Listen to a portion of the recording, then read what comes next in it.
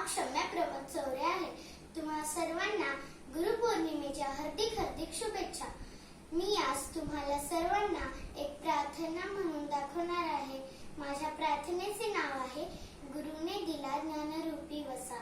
गुरुने दिला ज्ञानरूपी वसा, आम्ही चालवू